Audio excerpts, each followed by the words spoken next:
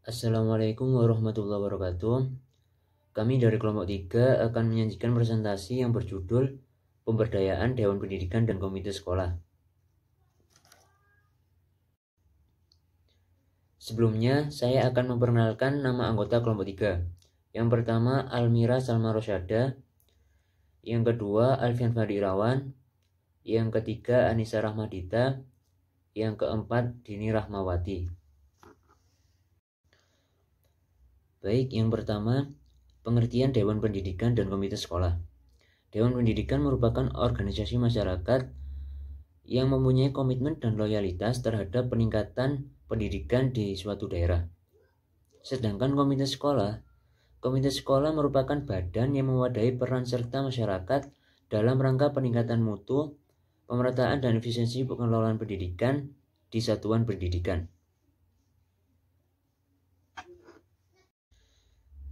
Selanjutnya, peran Dewan Pendidikan. Menurut Benti dan Gunawan 2015, peran Dewan Pendidikan ini untuk meningkatkan layanan pendidikan dengan memberikan pertimbangan, arahan dan tenaga, sarana dan prasarana, serta pengawasan pendidikan mulai dari tingkat nasional, provinsi, dan ke daerah. Fungsi Dewan Pendidikan. Menurut Benti dan Gunawan 2015, menyebutkan fungsi dari Dewan Pendidikan yaitu yang pertama, mendorong tumbuhnya perhatian dan komitmen masyarakat terhadap penyelenggaraan pendidikan yang bermutu. Yang kedua, melakukan kerjasama dengan masyarakat, pemerintah, dan DPRD berkenaan dengan penyelenggaraan pendidikan yang bermutu. Yang ketiga, menampung dan menganalisis ide, tuntutan, dan berbagai kebutuhan pendidikan yang diajukan oleh masyarakat. Yang keempat, memberikan masukan, pertimbangan, dan rekomendasi kepada pemerintah daerah mengenai kebijakan dan program pendidikan. Yang kelima, mendorong orang tua dan masyarakat berpartisipasi dalam pendidikan guna mendukung peningkatan mutu dan pemerataan pendidikan. Yang keenam, melakukan evaluasi dan pengawasan terhadap kebijakan, program, penyelenggaraan, dan keluaran pendidikan. Baik, yang selanjutnya akan dilanjutkan oleh teman saya. Tujuan Dewan Pendidikan. Menurut Benti dan Gunawan tahun 2015, tujuan Dewan Pendidikan yaitu untuk mewadahi dan menyalurkan aspirasi dalam kebijakan dan program pendidikan, meningkatkan tanggung jawab dan peran aktif dalam menyelenggarakan pendidikan, dan menciptakan suasana kondisi transparan, akuntabel, demokratif dalam pelayanan pendidikan. Peran komite sekolah pada Undang-Undang Sistem Pendidikan Nasional Nomor 20 Tahun 2003 Pasal 56 Ayat 3 bahwa komite sekolah ini berperan dalam meningkatkan mutu pelayanan dengan memberikan pertimbangan arahan dan dukungan tenaga, sarana dan prasarana, serta pengawasan pendidikan pada tingkat satuan pendidikan.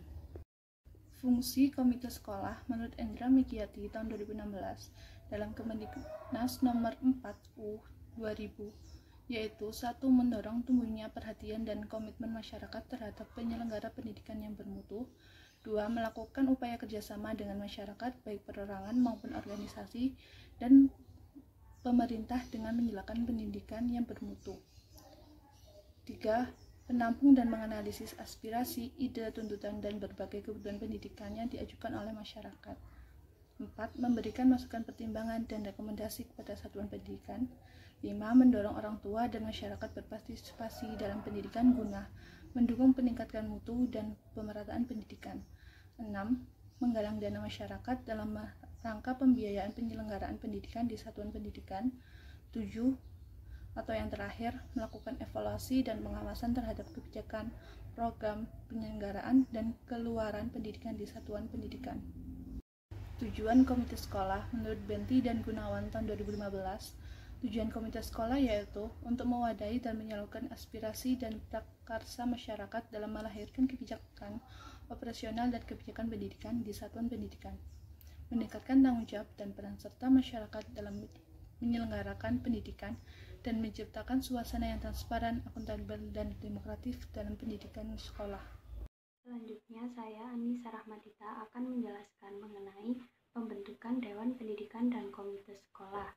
Proses pembentukan Dewan Pendidikan yang pertama mengadakan forum sosialisasi, Yang kedua, menyusun kriteria dan mengidentifikasi calon anggota dari usulan berdasarkan masyarakat. Yang ketiga, menyeleksi anggota dari usulan masyarakat. Yang keempat, mengumumkan calon. Yang kelima, menyusun nama anggota yang terpilih. Yang keenam, memfasilitasi pemilihan pengurus dan anggota Dewan Pendidikan. Dan yang terakhir, menyampaikan nama pengurus dan anggota kepada wali kota atau bupati.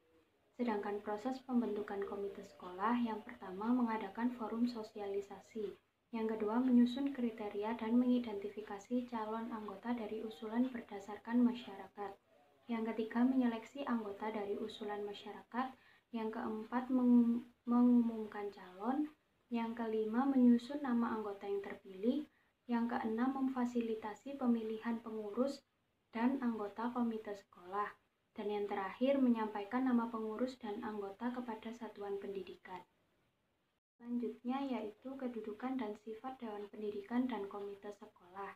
Menurut Supriyoko tahun 2010, Dewan Pendidikan berkedudukan di kabupaten atau kota. Dewan Pendidikan bersifat mandiri dan tidak memiliki hierarkis dengan lembaga pemerintahan daerah. Hal tersebut juga dijelaskan dalam Undang-Undang Nomor 20 Tahun 2003 tentang Sistem Pendidikan Nasional pasal 56 ayat 2 yang menyatakan bahwa Dewan Pendidikan sebagai lembaga mandiri dibentuk dan berperan dalam pengembangan mutu pelayanan pendidikan dengan memberikan pertimbangan, pengarahan dan dukungan tenaga, sarana dan prasarana, serta pengendalian pendidikan pada tingkat nasional, provinsi, dan kabupaten atau kota yang tidak memiliki hubungan hierarkis. Selanjutnya, kedudukan dari komite sekolah. Komite sekolah berkedudukan di satuan pendidikan. Menurut Benti dan Gunawan tahun 2017, komite sekolah juga merupakan badan yang bersifat mandiri dan tidak memiliki hubungan hierarkis dengan lembaga pemerintahan. Hal tersebut juga dijelaskan dalam Undang-Undang Nomor 20 Tahun 2003 tentang Sistem Pendidikan Nasional pasal 56 ayat 3 yang menyatakan bahwa komite sekolah atau madrasah sebagai lembaga mandiri dibentuk dan berperan dalam pengembangan mutu pelayanan dengan memberikan pertimbangan, pengarahan dan dukungan tenaga, sarana dan prasarana, serta pengawasan pendidikan pada tingkat satuan pendidikan. Selanjutnya yaitu strategi pemberdayaan Dewan Pendidikan dan Komite Sekolah. Menurut Mendukung dan Mutu tahun 2009, strategi pemberdayaan Dewan Pendidikan dan Komite Sekolah terdapat beberapa cara, yakni sebagai berikut. Yang pertama, pemberdayaan komite sekolah dilakukan secara bottom up oleh Dewan Pendidikan Kabupaten atau Kota. Yang kedua, pelaksanaan program pemberdayaan komite sekolah sekaligus mempunyai tujuan ibarat pisau bermata dua. Yang ketiga, untuk menghasilkan fasilitator pemberdayaan komite sekolah perlu diadakan TOT atau Training of Trainer. Dan yang terakhir, kegiatan TOT tersebut memerlukan bahan atau materi pemberdayaan komite sekolah. Urgensi pemberdayaan Dewan Pendidikan dan Komite Sekolah. Dewan Pendidikan dan Komite Sekolah yang ditawarkan untuk memberdayakan sekolah adalah menanggapi desentralisasi yang dimaksudkan untuk menjadi media menengah dalam pemenuhan kebutuhan sekolah melalui kebijakan legislatif dan eksekutif. Dewan Pendidikan maupun komite sekolah diperlukan untuk memberi dukungan dan memenuhi kebutuhan sekolah, pertimbangan pengambilan keputusan, pengawasan manajemen sekolah, mediator antara pemerintah dengan masyarakat dan lainnya secara transparan dan demokratis dengan etika. Menurut Mendukung dan Mutu 2009, alasan Dewan Pendidikan dan Komite Sekolah perlu diberdayakan yakni 1. Membentuk Dewan Pendidikan dan Komite Sekolah masih ada yang sesuai dengan ketentuan yang berlaku. Yang kedua, memberikan beberapa komite sekolah dibentuk hanya untuk kepentingan pada saat syarat untuk melaporkan anggaran. 3. Beberapa dewan pendidikan dan komite sekolah ada yang belum mendapatkan anggaran dasar atau anggaran rumah tangga yang mengakibatkan tidak terlaksananya peran dan fungsi secara optimal dalam meningkatkan layanan pendidikan nasional.